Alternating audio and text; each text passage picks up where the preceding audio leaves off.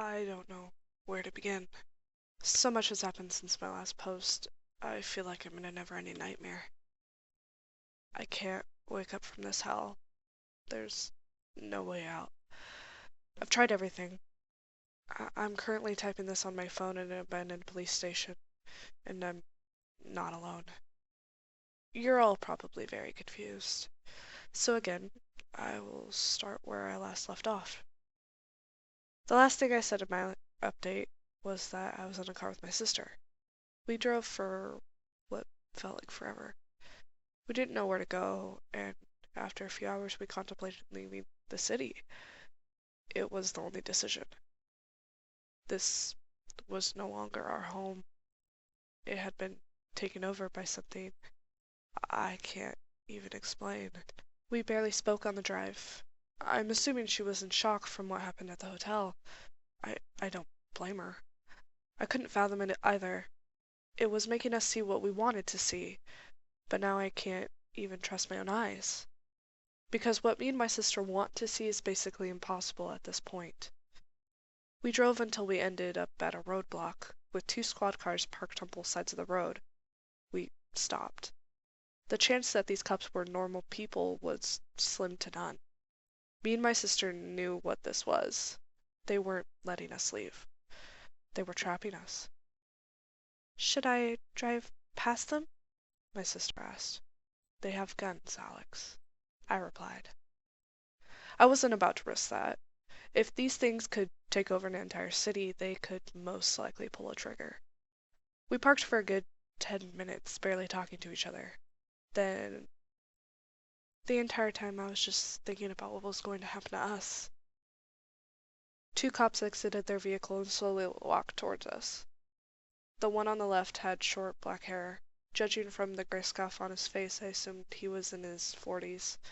Nothing about him seemed off, and he looked normal, but I really wasn't about to trust anyone that easily. The second cop had a very familiar face, like I'd seen it before. We locked eyes for a few seconds, and I could feel as though he recognized me as well. His blue eyes were the brightest blue I'd ever seen. It gave me a sense of trust, but also a sense of calmness. He was in his 30s for my guess. He had blonde hair, and it was swept to the side.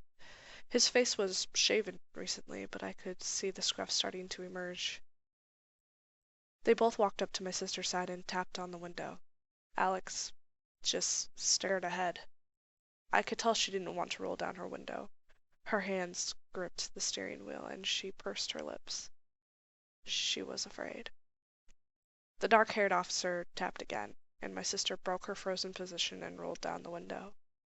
She just looked at him, not saying anything. He pulled out a flashlight and shined it into my sister's face, and then into mine. "Where are you two headed this late?" I looked at the clock. 3:37 in the morning. I didn't even realize how late it was. Or early, I guess. I looked back at the cop, and he seemed to be getting impatient. I forgot he had even asked a question. "Vacation," I blurted out. "Vacation?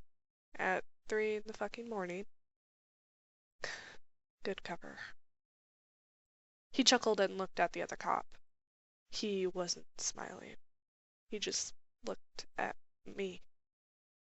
"Vacation, huh?" He chuckled again. "And where would this vacation take place, if I might ask?" "Why is there a roadblock?" my sister asked. She didn't want to make conversation. She just wanted to leave. "Are we not allowed to pass or something?" The officer leaned into the window and sighed. "You really don't know?" I gulped loudly, so loud that the officer reverted his attention to me. We knew what he was, why the roadblock was there. It was for us, to keep us in. The second officer just had a confused look on his face, as if he didn't know where he was. I couldn't stop staring at him. Why did he look so familiar? "There's been reports of murder in the city, and he was last seen in a blue sedan heading this way. We're just trying to catch him. James and I have been here for a few hours now." This was the first thing the blonde officer said. His voice sounded even more familiar. "But as you can see, this is not a blue sedan, so may we please pass?" my sister asked.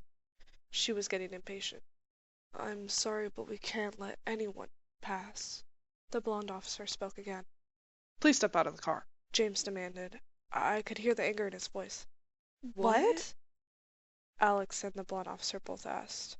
At the same time, James reached in and unlocked the door and opened it, grabbed my sister's arm. "Take off your fucking seatbelt." "What? No! I haven't done anything wrong!" my sister angrily screamed. "James, what the fuck are you doing?" James leaned in and undid her seatbelt and proceeded to pull her out of the car. My sister was screaming at the officer. I didn't know if it was in anger or fear. I just sat there, frozen in fear. I should have gone and helped her. I should have tried to do something. In quick succession, James threw Alex to the ground and pulled out his gun. 3 shots. The first shot was in the stomach. The next 2 were in the head. My sister was dead. He killed her. This thing killed her. And I was alone. The blonde officer started screaming and pulled out his gun, pointing it at James. James turned around and I saw that familiar face. That fucking smile. End to end. I could see his skin tearing at both sides. Blood trickling down his chin. "Fucking shoot him!" I screamed. He shot twice, both in the head, and James fell to the ground right beside my sister. We both didn't move or say anything for a good minute. My sister had just been killed, and he just shot his partner. We were both in shock. As I look back, I wonder why I never cried. I wanted to. I just didn't. Maybe it was the fear overcoming the sadness. Maybe it wasn't even my sister. How did I know it was her? What was that? The officer broke the silence and stared at me. I wanted to talk, but I couldn't. I couldn't do anything. I was stuck in that chair. He walked around and opened the door. "Come on. We need to leave." His words broke my frozen state, and I got out without saying anything. We headed to his car and headed towards the local police station. "I thought you were one of them," I whispered. "One of what? What are these things?" I looked at him. I didn't answer. I couldn't answer.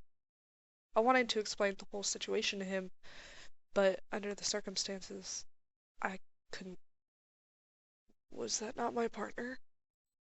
Was that something else?" I didn't answer.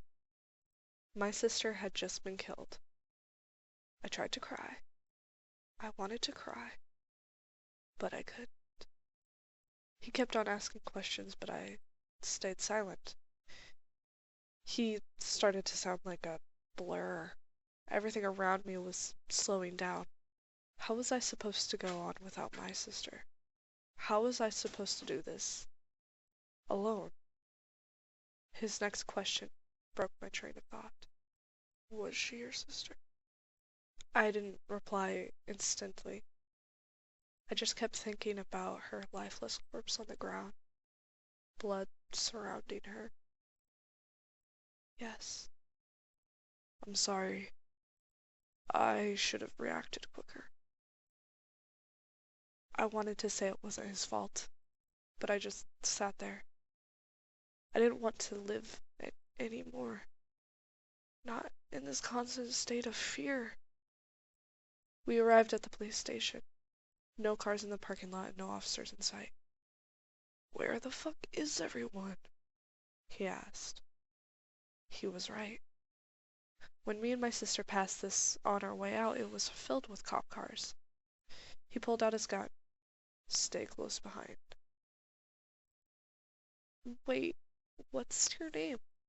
I asked. Stan. I'm Charlie. Okay, Charlie.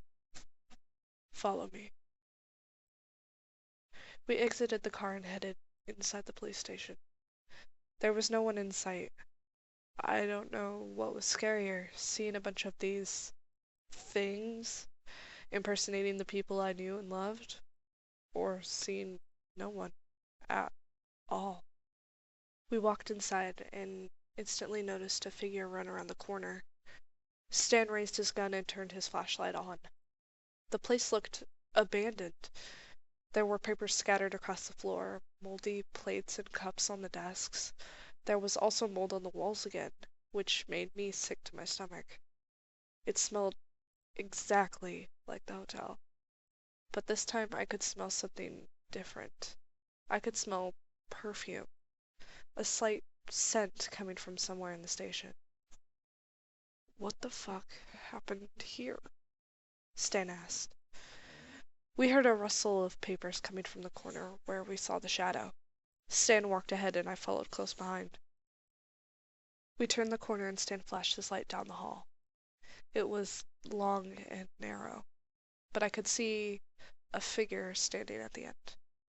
It was a woman. She was hunched over and she was looking right at us. Stan took a few steps towards it.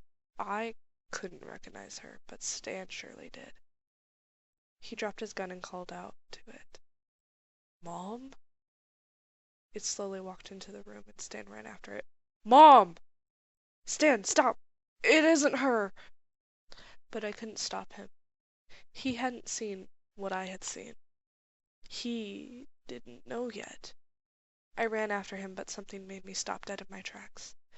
I heard a voice calling out to me, calling my name. Charlie? Is that you? I stopped. The smell of perfume was getting stronger.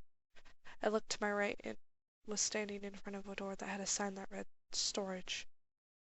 I was too afraid to open it, but something about me wanted to know what was behind it. I wish I hadn't opened it. I gripped the doorknob and twisted, pushing the door open. It didn't look like a storage room, though. It looked like a basement. Charlie? It called out again. I was terrified.